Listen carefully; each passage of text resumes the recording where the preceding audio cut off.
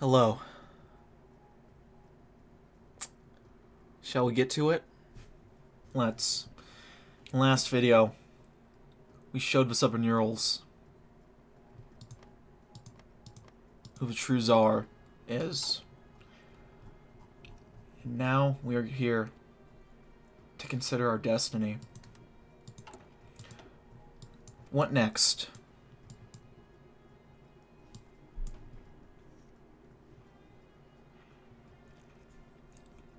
Let us honor a humble life. The love of money is the root of all evil. What use does a peasant or laborer have for gold, jewels, and fine silks? Why does he need a fine townhouse with gilded furniture and a necklace of pearls for his humble wife? What use are any of these things in the face of eternal damnation? All the common man needs is provided for him already by the Lord, who created the proper and sanctified order of things: hard work, prayer, family, absolute faith in God and the Tsar. These things were given unto him by heaven, and they are all not his to reject. This is the rightful lot of all the common folk, and the regent will see this divine order maintained at any cost. We can exert influence in southern Urals again, even though, there's no Urals in the south anymore that are free. We have all the Urals in the south. So yeah.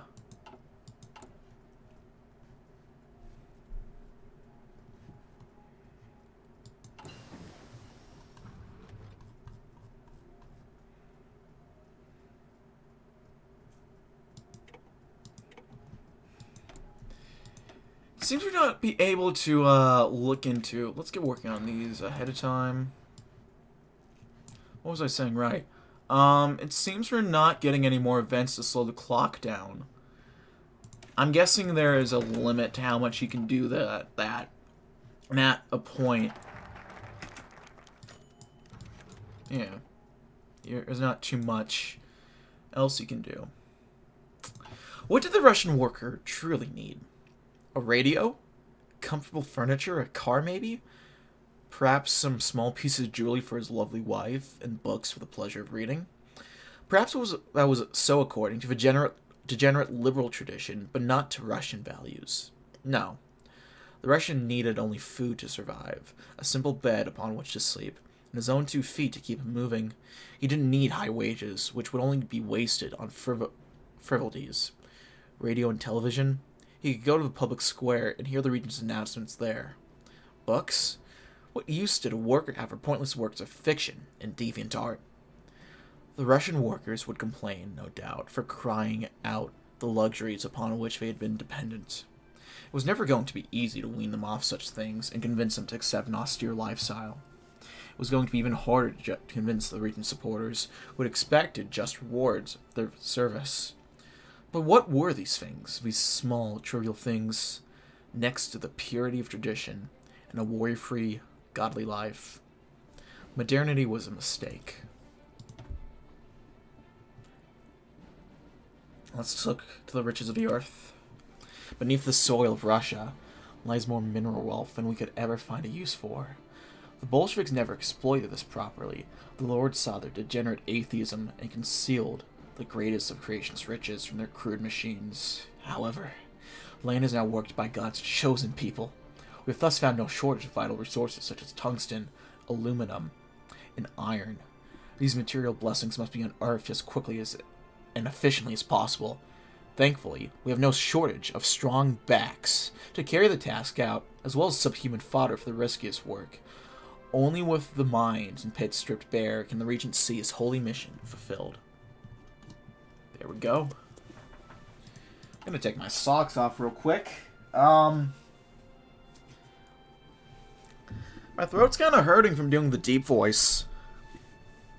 A little bit. I might stop after this recording session. I mean, let's see, it's 11:30, so I might want to go to bed anyway. Or 23:30 for all my military Tom using people, in case you were curious. God, our poverty rate has it's not doing so hot anymore, let me tell you.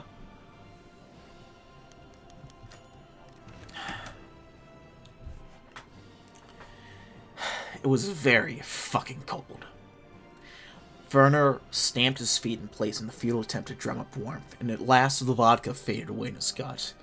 He was already resigning himself to the endless watch, half hoping to spot some bandits when he saw the convoy in the distance. His discomfort was forgotten, the soldier on his feet with his rifle raised. "Eric, you have a group approaching," he yelled, and the other man was soon at his side. Say, Swiss military junta. Yep, Goring got bricked. There we go. "Refugees," he muttered as a group came closer. Leading the procession was a haggard woman, clutching a tiny girl to her breast. Beast? Breast? I don't know. The child seemed to have gone some days without food by the look in her eyes. An older man stumbled behind her, looking onto her shoulders, his eyes unseeing. Some 50 others of similar description followed. "Halt! Ja, in the Reichskommissariat Moskowien!" The procession kept moving. Uncertainty, he repeated the phrase in Russian as he moved towards the refugees. He levered the rifle at the woman at their head. Eric moved quickly among the group, searching through their scattered belongings. Werner tried to pretend this was routine, but despite himself, he shivered slightly. Bandits he could deal with, but these people looked like the souls in the mouth of hell. "Why have you entered Moskovian?" he said, attempting to muster up ferocity. "There's nothing for you here." The woman returned his stare, her eyes glazed over. "My child," she said, and her voice chilled him. "Even if you killed all of us, it would be better than the Regent's Russia." The refugee spoke for what could have been hours, and every story stunned him further into silence. When it was done, he returned to the guard post and opened a bottle of vodka. He cursed Germania, and he cursed Taboritsky, but above all, he cursed the human race. "I didn't sign up for this shiza."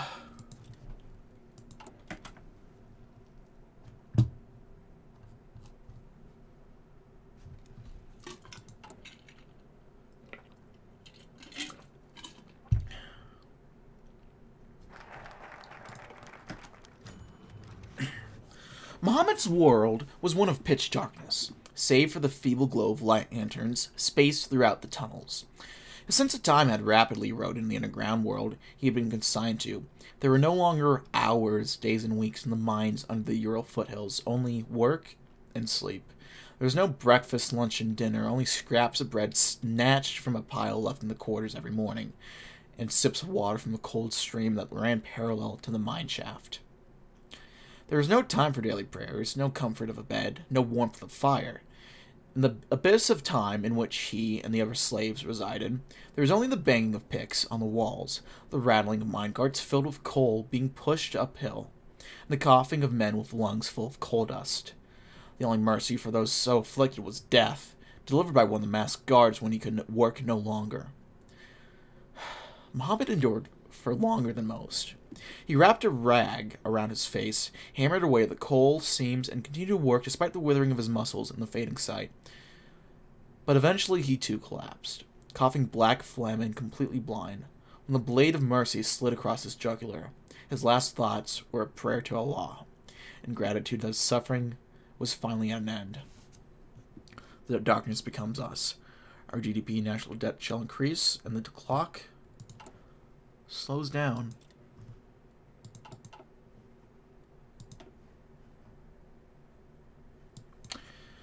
And now we have a grand industrial project. As we are a pious, ascetic nation, we have no need of mass production, trinkets, and baubles to keep the plebeian folk amused. Thus, all the space that would be occupied by light industry and selfish capitalist ventures remain free. Free specifically for the enormous amounts of heavy industry that we require to make Russia great again. Arms factories, Chemical plants, oil refineries, foundries, and quarries are all needed to ignite the fires of industry. All of it, from the smallest operation to the grandest factory complex, will be directed solely towards forging the greatest army Russia has ever seen. Until the Tsarevich reigns supreme over a godly and peaceful land, nothing else is worthy of our sacrifice. Or efforts, excuse me. So that's another tensibility we're about to lose.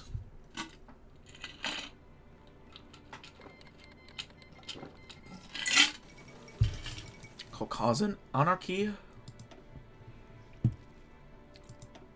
I'm curious what will happen, actually. It looks like Caucasian is winning.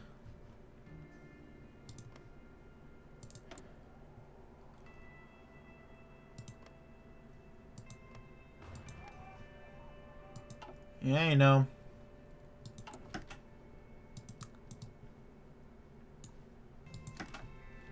I wish him luck, but probably not happening.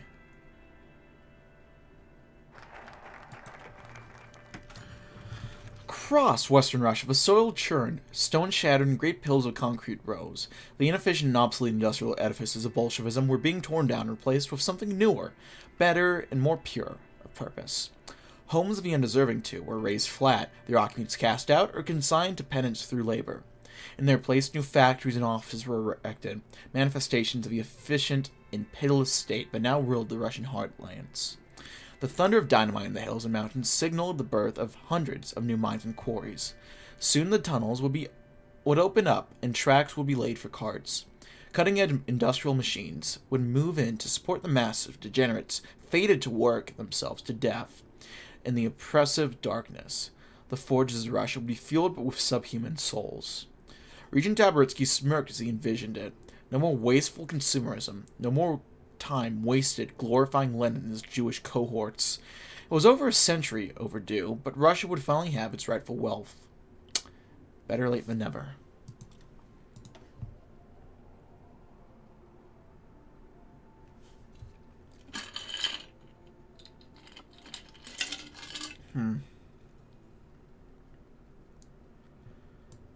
Let's go with... Let's fill the Imperial Treasury. The Imperial Treasury is beginning to fill, but only at a slow pace. The realities of economy are not lost on the region. A solution is required. Trade is naturally out of the question, since it brings with it the risk of Jewish infiltration. Thankfully, there are a number of answers to the money question within our border. Naturally, we shall further the practice of seizing property. Russia has no shortage of wicked plutocrats who deserve none of what they possess. There could also be many commoners, some secretly Jewish, no doubt, who possess concealed fortunes built up over the years. Whatever the source, it all belongs to the empire. And so we'll encourage citizens to donate their savings to the state. We do some light encouragement here. Better agricultural methods. Thank you, Alexei. The greatest story never told.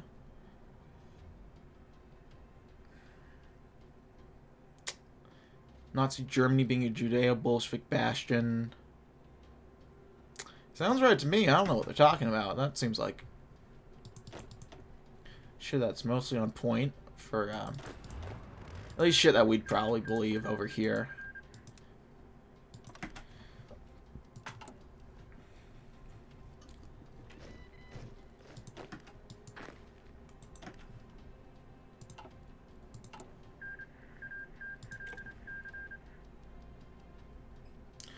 More manpower mobilizing. And now we have a question. Do we want to go into the green? Or get to Imperial? Or get to an absolute truth?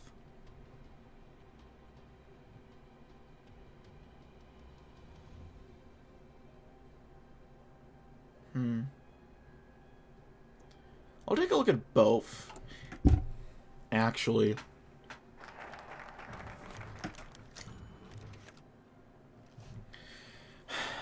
the Sven mechanical plant was almost unrecognizable to any who had seen it a decade ago. If the old Bolshevik aesthetic had been torn down by the Tsar's Sviatka, the Regency had gone considerably further. The ceiling had increased in height, stretching over 100 meters high. Like the night sky it loomed over, a towering vault filled with shadows and dancing lights from the fires below. Where great murals dedicated to the working class had once been displayed across the walls, now stood massive icons, paintings of soldiers and workers being blessed by angels. The image of Tsarevich Alexei, light radiating from his youthful form. As the workers toiled, the greatest addition of all came into play. At first, none of them recognized the alien sound, but as it struggled to be heard over a clamor of machinery. But then the volume was cranked as high as it could go. Almost deafening to those standing near the speakers, sacred hymns flowed forth, echoing throughout the entire factory complex.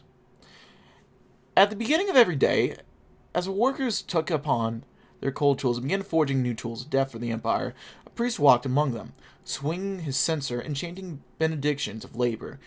Behind him followed a deacon, who anointed the machines with sacred oil. No longer was the Izvent mechanical plant a mere factory. It was a true cathedral of industry. The soul of the machine be with thee. So we have, in the green, let's see.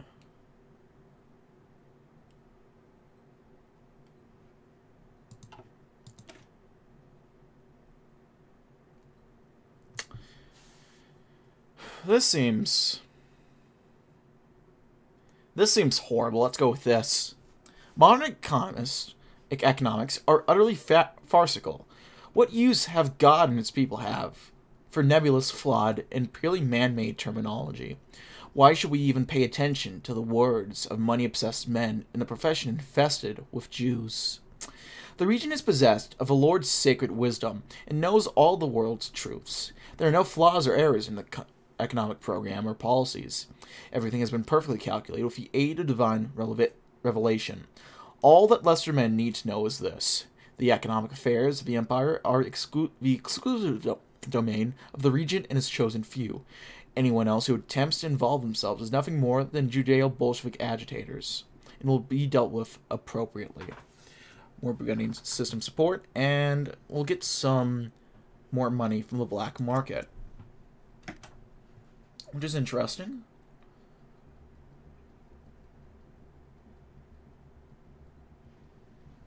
Certainly interesting.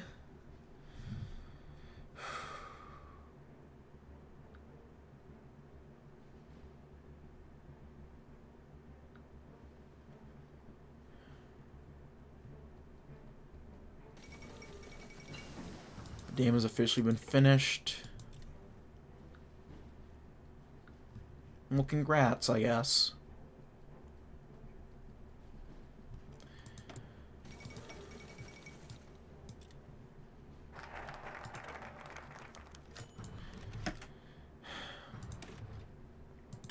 Roman downed the pencil and rubbed his eyes. Night had fallen, the feeble candlelight by which he had worked was almost gone. It didn't make any sense at all. These things the region were asking of the Imperial Treasury. They weren't possible. Yet his superiors wanted them to happen anyway? He told them repeatedly, shouted until he was blue in the face, only to be told, Roman Semyonovich, you are young, and youth is always filled with errors born of short-sightedness. Go home and think on this again. Short-sightedness? What was short-sighted about pointing out that the Empire just didn't have the money that the region claimed it did? They just kept on pretending that nothing was wrong. The whole thing would collapse in what? 10 years? 12? Probably less. Maybe 7 or 8 if Taboritsky was as miserly and austere as possible. Where's the common sense in his economics? What could he possibly hope to achieve with these fraudulent policies? A knock came at Roman's door, and he rose. As soon as he turned the knob, it was kicked open, knocking him over. In strode his boss, Pyotr, and a soldier of a Shturmoviki, AK pointed squarely at Roman's chest. Roman Semyonovich, said Pyotr with a false smile. Have you done away with these alleged inconsistencies yet? No, but... Then you're fired, Pyotr said, turning away and heading towards the door. Clearly, you just don't have a head for accounting. The soldier squeezed off a single shot from his rifle, permanently correcting the accountant's mistake. What's money, anyway? Stability, what the fuck is that? Because we know an absolute truth. Foreigners, mostly Jewish and Masonic puppets, we suspect, frequently wonder aloud how our economy can ever be sustainable. How, without embracing trade with the perfidious subhumans of the world, are we to endure? The answer is obvious to all but the most truly stupid people. Gold. Gold is all humanity's ever needed to form the bedrock of an economy. It has been that way for hundreds, thousands of years, and it is ordained by God. Furthermore, we have plenty of it. There are massive vaults, far from the clammy grasp of avaricious Jews, that are filled to bursting with gold and other valuables. This is all we need, and all we shall ever need. How else can one possibly explain our productivity? Yeah, fuck it, just say gold, that works.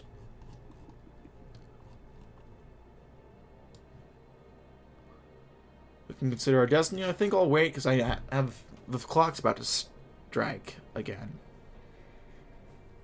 And I have a feeling we might want to get ready for that.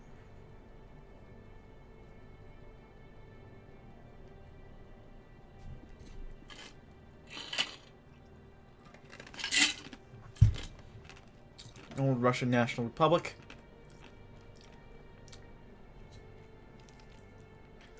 A little boring, but can't have all the interesting ones. We already read this one, so yeah. 4th hour. Consider our destiny.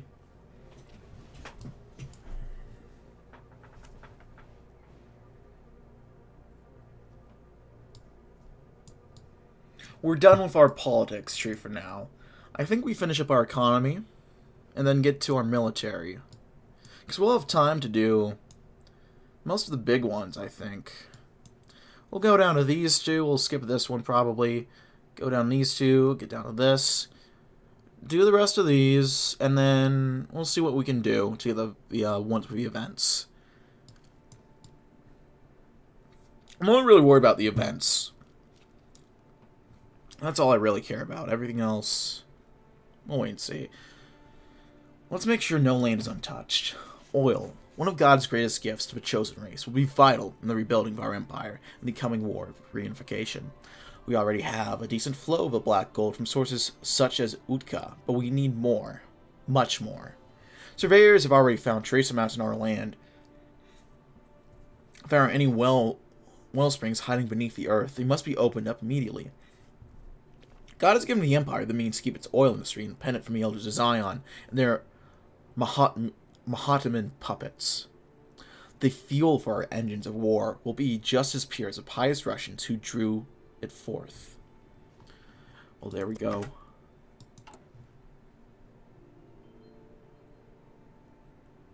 We have no stability, so we can't really fight against all black market stuff. But I'm sure that doesn't matter at all. Not at all.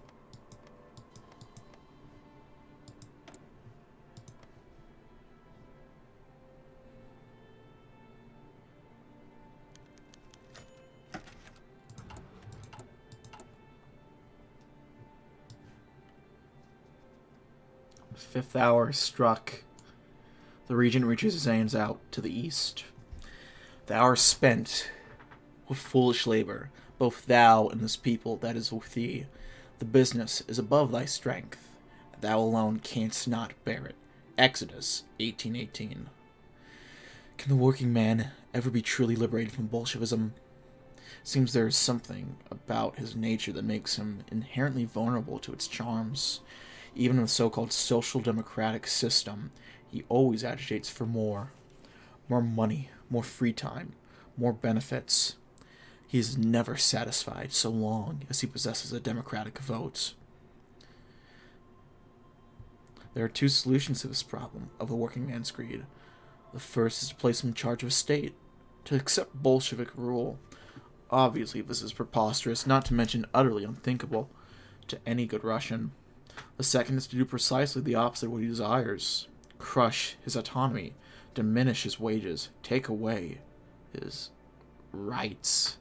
The second solution would appear counterintuitive at first, It has enjoyed great success in Germany. Oh yeah, they're doing great right now, let me tell you. Why is this? I suspect it is because the working man has rebellion in his blood. Perhaps this is a trait inherited from peasant ancestry. That will explain why rebellions in recent centuries have usually emerged from below rather than the nobility. Regardless, it's clear that to truly liberate the working man's spirit, he must be broken and forced to bow his betters. If he cannot see any means of ascending behind his appointed station, his ambitions will be curtailed. Applied on a grand scale, perhaps submissiveness can be bred back into the lower classes, so that Bolsheviks might never again find an audience amongst the commoner. Would Christ approve of eugenics? The 5th hour is struck. Now we're talking about eugenics, which, I guess, yeah, we're really not going to get monetized, are we?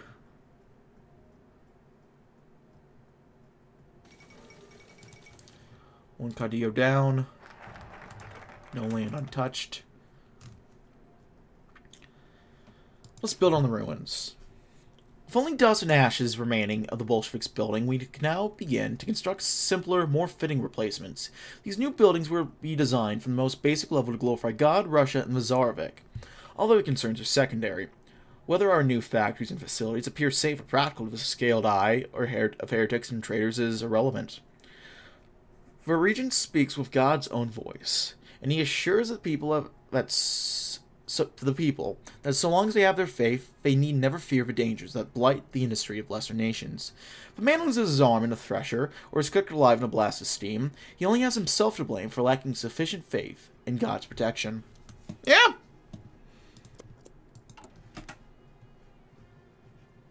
Okay, let's go with that. Do some victim blaming. Oh, or Hokakonen.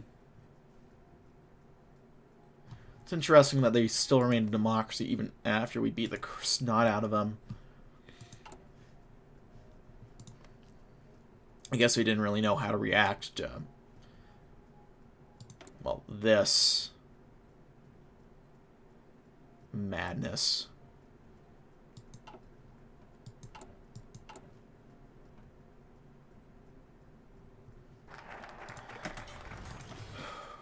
Let's go ahead and work on cathedrals of industry. Modern industry has a major shortcoming. It's a total absence of religion. When workers are toiling their hours away, their ears are filled only with the clamor of machinery. As their hands are so occupied with honest work, so too should their ears be open to holy benedictions and hymns to soothe their spirits and remind them that laboring for the region is a sacred duty. But that is not enough. The arms and equipment churned out by our factories will be worse than useless if we are not adequately blessed. For our army to gain the Lord's favor, their gear must be consecrated in his name.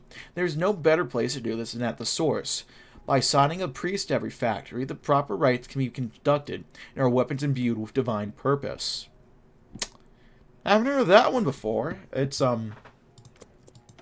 certainly a bold strategy.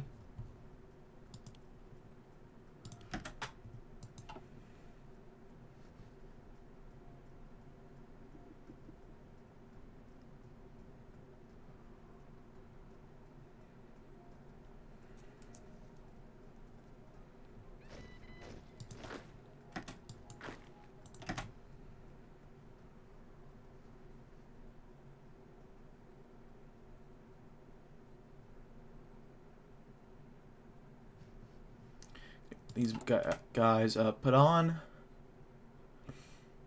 Let's consider our destiny.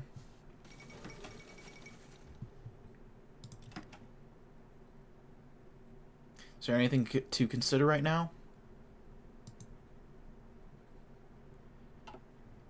Appears not. Well, let's look to this into the past. The intellectual class has never been worthy of the empire's trust. It is from academia, not the peasantry, that the corruptive ideas of equality, Bolshevism, and capitalism emerged. They are a perpetual fifth column, a thorn in the side of Russia, spreading a violent infection. No longer. The only rational and moral solution is a nationwide purge of these dissidents. Anyone cannot prove that he is with us in totality is against us. And the region has no mercy for the enemies of God. Once they have received their just punishment, a new intellectual order shall be founded on their bones, an order dedicated to true science, purified of demonic materialism.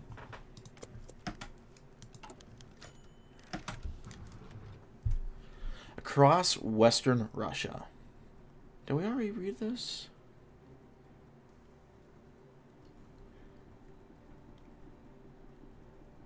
Yeah, we already read this. This is a double event.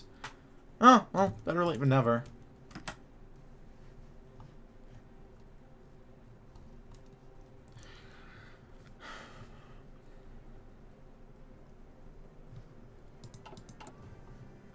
We'll get another army trained up, and I think we're good from there.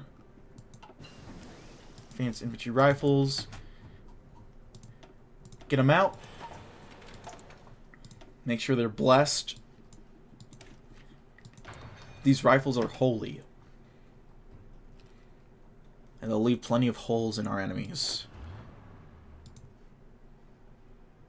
Optimally, hopefully. So some offensive lines.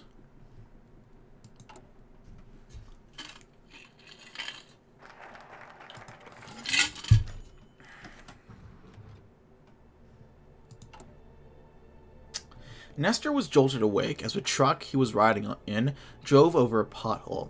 He was lying on the floor of a flatbed. The back of his head, where someone had struck him with a blunt object, was damp and sticky. Around him, seated and handcuffed, were people he didn't know. They were both men and women, mostly of the middle-aged or older. They were dressed well. Fellow intellectuals, maybe. Hey, what's going on? Where are we going? What do you think? Asked an elderly woman, peering down at him through the half-moon spectacles. She was sporting a nasty bruise on her forehead and had a split lip. Nestor noticed that one of the lenses in her glasses was missing.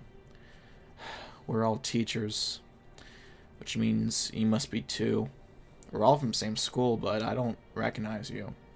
Nestor's heart sank as the pieces began to come together. I'm the head of the literature department at Syktyvkar University. Bloody hell, sighed an old man with a long white beard. Nestor noticed after a moment he was wearing a priest's robe. I'm sorry, my son.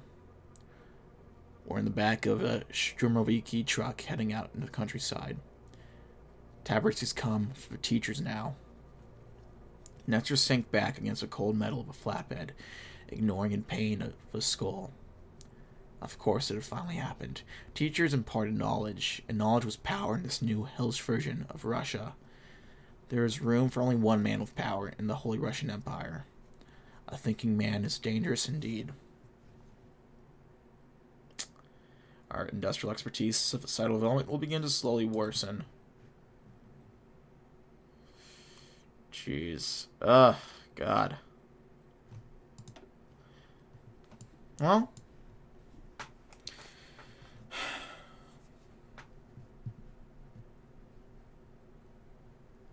let's establish no law but the regents. There is no international law. That concept was created by the Jews in their meaning to protect their evil race from the righteous cleansing they deserve. Oh, that just saying that's going to get me on a watch list. Lesser claimants to rulership might be swayed by the honeyed lies of Cain's kindred, but the regent understands that the only valid law is God's. There are no boundaries created by man that cannot be crossed in service of Holy Russia. The protest of feeble and heathen will no longer be heeded. Chemical weapons are God's gift to the armies of Christendom, and no less central to our doctrine than guns, planks, and tanks. Once again, they will have their rifle plates as standard-issue weapons for the entire military. Our professionalism will slowly worsen, and military policing is replaced by no supervision. More attack, which isn't too bad. But everything else is kind of not as good.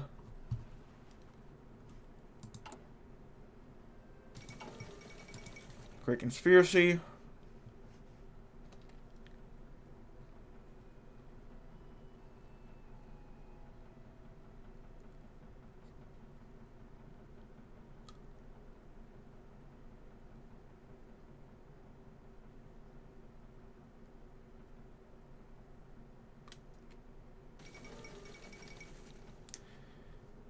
Oh! Damn, they couped... Civil War had to be ended by the coup... by coup. Okay. Well...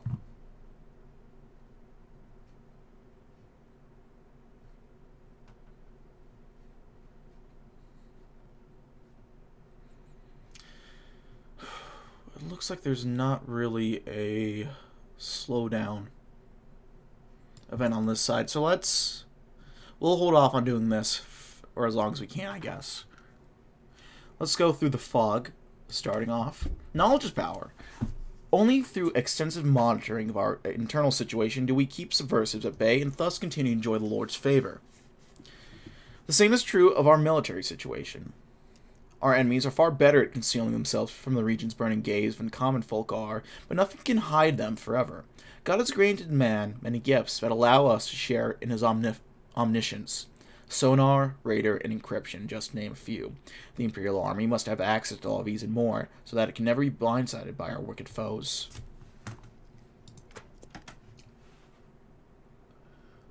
Though our army professionalism is still going up pretty easily, so I'm not too worried about that.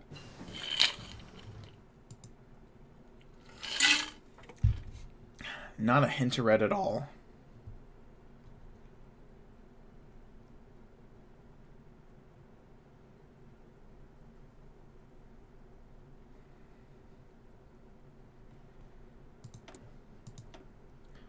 Although, let's do military construction, get working on that.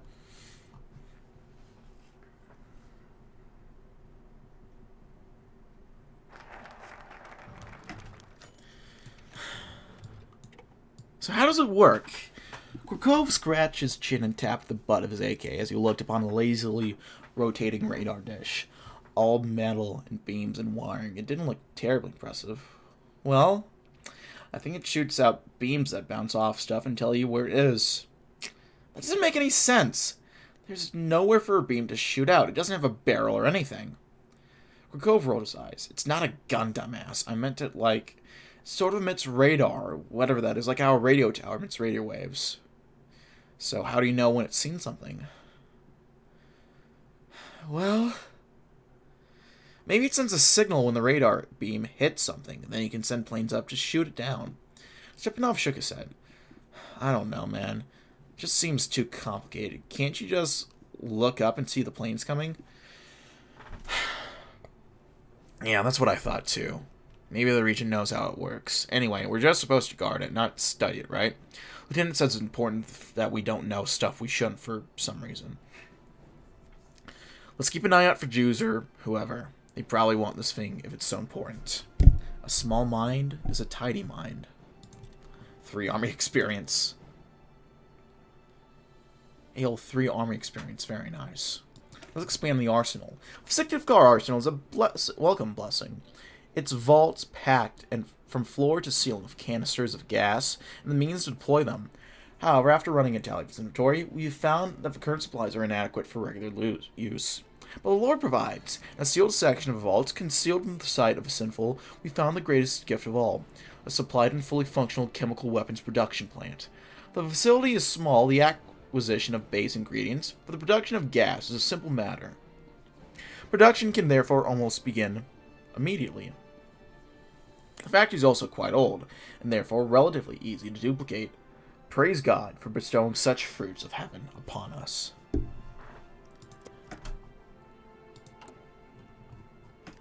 Can we consider our destiny once more? We're considering.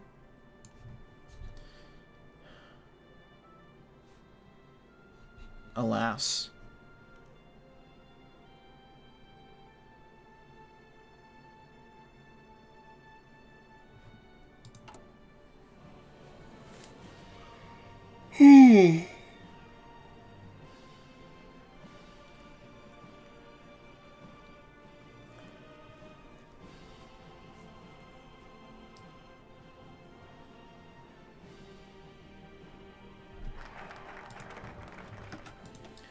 With that, there are clouds on the horizon.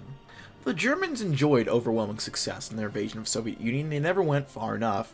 Perhaps they lacked the stomach or simply the foresight to ensure the total pacification of their conquests. Yes, for columns of painters, stukas, and gray-clad infantry were impressive, but what if they embraced the glorious horror of chemical warfare? How many lives could have been saved and degenerates exterminated if every assault was preceded by a storm of gas-spewing shells, and every defense bolstered with an invisible gas of phosphine? The Regent and his army will hold no such reservations. For the preservation of the pure and the utter extermination of the wicked, the liberal use of gas and smoke on the battlefield will be mandated. Protected by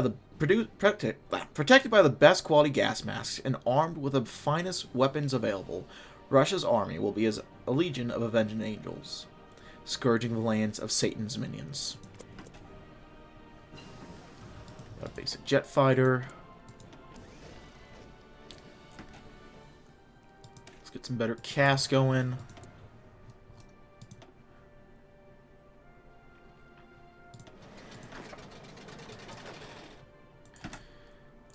Praise be.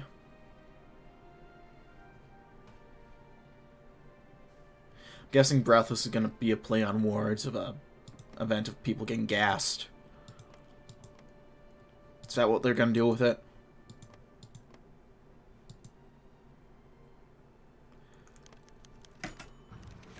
Oh, 6 hour? Yep. Slowly slipping forwards. Fuck. Jaundice Jim, get out of the way. I'm trying to read. Slowly slipping forward. The rays of dawn fall upon a new age. He revealeth deep and hidden things, and knoweth what is in darkness. And light is with them. Daniel 2:22. Months have passed since the rebirth of the Empire, yet still the blessed Zarvik remains hidden. The doubters, those forked-tongued deceivers, have grown in number. They think now to betray me. They think I am ignorant of what happens in dark corners of the taverns, in their homes, in the deep woods. Confronted with their misdeeds, they say, Your Eminence, you're mistaken. We are of us, all of us, loyal and pious men. Your word is law, and we shall not disobey. It saddens me deeply to see men I once thought honorable and trustworthy led astray. Even in victory, one feels defeated. How am I to carry out my task, when even those sent to aid me are seduced by the Prince of Lies? Is this, too, some matter of test? Am I? Yes! Damnation, but I've been a blind fool. How could I ever have thought otherwise? The Lord tests us constantly, does he not? Is that not his right as creator of all? Do we sinful and weak-spirited mortals deserve anything less than constant scrutiny? Of course not. God watches us, always judging, always testing our fate. Perhaps this is a sign, one that I've been too blind to see, but no longer. I will ensure that there is nothing beyond my sight, nothing beyond my knowledge. There is no better example to follow than God's, and I too will judge. Gave up on the Taboritsky voice a little bit there, just because I'm getting kind of tired. My voice is getting a little hoarse. I'm gonna drink some water. I'd make some tea if I had any tea, because I don't think I have any.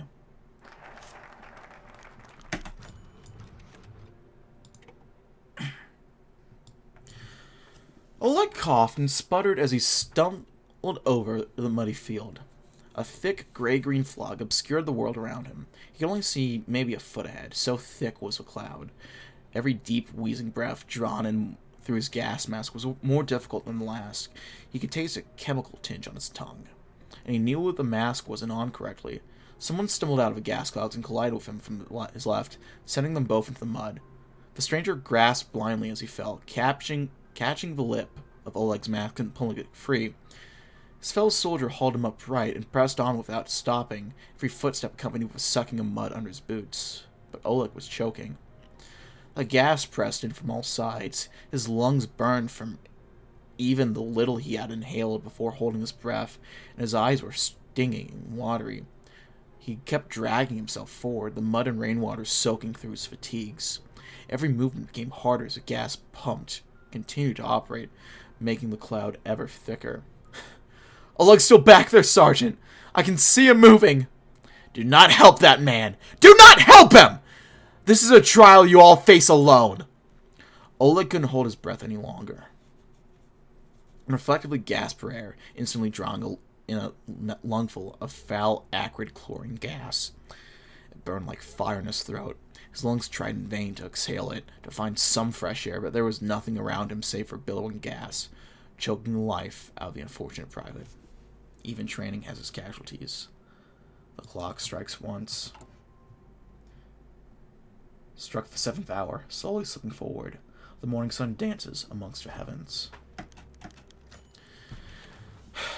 Treat not with a man without religion concerning holiness, nor with an unjust man concerning justice, nor with a woman touching her of whom she is jealous, nor with a coward concerning war, nor with a merchant about traffic, nor with a buyer of selling, nor with an envious man of giving thanks. Sirach 37:12. The allure of freedom is the most wicked and insidious thing. My own people, the pure race, see the degeneracy and profligacy of the West and think it virtuous. They look at bourgeois Americans and see a liberated and prosperous people. How could they be so blind? How can they fail to see the golden strings upon which the elders of Zion make them dance? And then they talk of social mobility, the very thing which sparked the downfall of the empire. Was it not the promise of rising to power that the Bolsheviks seduced for workers? Was it not to the nascent middle class that the backstabber Kerensky appealed? Everyone has their place. It has been that way for thousands of years, before Russia ever united. The Jews' constant attempts to break down the fabric of society, to force the lambs down with the lions, has always been their primary means of undermining civilization. Am I the only man in all creation who understands that? Even the Germans, virtuous as they are, have the order of their nation in disarray. Where's their Kaiser, their nobility? Gone in favor of a class of bureaucrats and party men. I will not allow this fate to befall Holy Russia. Peasants, warriors, nobles, the monarch. That is the correct structure of any pure nation. If it works, why change it?